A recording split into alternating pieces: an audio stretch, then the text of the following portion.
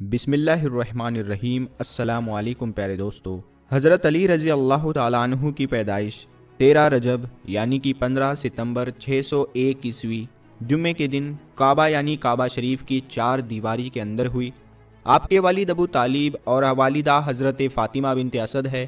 ابو طالب پیغمبر حضرت محمد صلی اللہ تعالیٰ علیہ وسلم کے سگے چاچا ہے، یعنی کہ حضرت علی رسول اللہ صلی اللہ تعالیٰ علیہ وسلم کے چچیرے بھائی اور داماد بھی ہے۔ آپ حضرت علی شیر خدا کے نام سے مشہور ہے اور آپ اسلام کے چوتھے خلیفہ بھی ہوئے ہیں۔ حضرت علی رضی اللہ تعالیٰ عنہ نے 8 یا 10 سال کی عمر میں اسلام قبول کیا تھا۔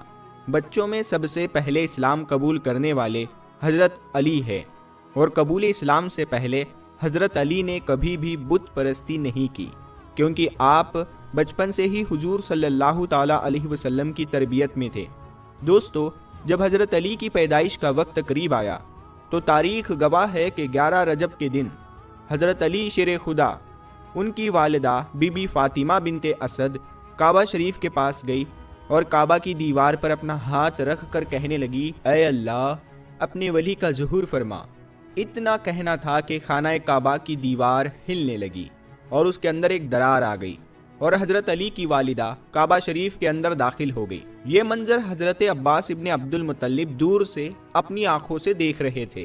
جیسے ہی آپ نے دیکھا کہ کعبہ کی دیوار پھٹ گئی اور بی بی فاطمہ بنت اسد اس کے اندر چلی گئی، تو آپ چیخ چیخ کر لوگوں سے یہ کہنے لگے کہ ابو طالب کی بیوی خانہ کعبہ کے اندر چلی گئی، جس کے پیٹ میں بچہ بھی ہے۔ آؤ سب آؤ اور مل کر ہم سب خانہ کعبہ کا دروازہ کھول کر اس کو باہر نکالتے ہیں۔ اس کے بعد یہ بات آگ کی طرح پورے عرب میں پھیل گئی اور لوگ دور دور سے آ کر خانہ کعبہ کے پاس جمع ہونے لگے۔ دوستو، اس کے بعد لوگ خانہ کعبہ کے دروازے کو کھولنے کی کوشش کرنے لگے، لیکن کسی سے بھی اللہ کے گھر کا دروازہ نہیں کھلا۔ اس وقت پورے عرب میں 2 لوگ مطمئن تھے، پہلے حضرت ابو طالب اور دوسرے اللہ کے پیارے رسول حضور صلی اللہ تعالیٰ علیہ وسلم۔ تاریخ میں لکھا ہے کہ عرب کے سرزمین پر اس سے پہلے اتنا بڑا ہجوم پہلے کبھی جمع نہیں ہوا تھا جتنا اس وقت ہوا ہے۔ اس وقت 13 رجب تھی اور جمعے کا دن تھا۔ لوگ خانہ کعبہ کی طرف دیکھ رہے تھے کہ اتنے میں خانہ کعبہ کی دیوار ہلنے لگی اور انہوں نے وہی نظارہ ایک بار پھر سے دیکھا۔ اتنے میں حضرت ابو طالب فرمانے لگے، اے محمد صلی اللہ تعالیٰ علیہ وسلم، جاؤ اور دیکھو اندر کیا ہو رہا ہے۔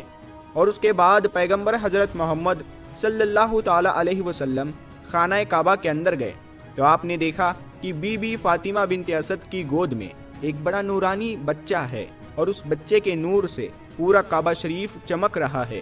مگر آپ نے دیکھا کہ بی بی فاطمہ بنت اسد بہت پریشان نظر آ رہے ہیں، تو آپ نے فرمایا، اے اماں فاطمہ، آپ غم زدہ کیوں نظر آ رہی ہو؟ تو بی بی فاطمہ بنت اسد کہنے لگی، اے بیٹے محمد، اللہ نے جیسے ہی اس بچے کا ظہور کیا ہے تب سے لے کر نہ تو اس بچے نے اپنی آنکھیں کھولی ہے، نہ ہی یہ رو رہا ہے، اور نہ ہی اس نے دودھ پیا ہے۔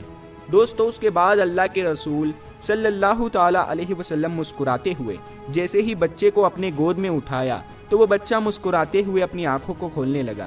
یہ دیکھ کر بی بی فاطمہ بنت اسد بہت خوش ہوئی اور مسکرانے لگی۔ اس کے بعد پیغمبر حضرت محمد مصطفیٰ صلی اللہ تعالیٰ علیہ وسلم نے بچے کو اپنی گود میں لے کر خانہ کعبہ سے باہر نکلے اور سارے عرب کے لوگ اس بچے کا نور دیکھ کر خانہ کعبہ کے پاس جمع ہونے لگے اور لوگ آپس میں ایک دوسرے سے کہنے لگے کہ اس نورانی بچے کا نام کیا رکھا جائے۔ اتنے میں اللہ کے رسول صلی اللہ تعالیٰ علیہ وسلم نے فرمایا، اے لوگو، اس طرح کا بچہ آج سے پہلے کبھی بھی پیدا نہیں ہوا ہے۔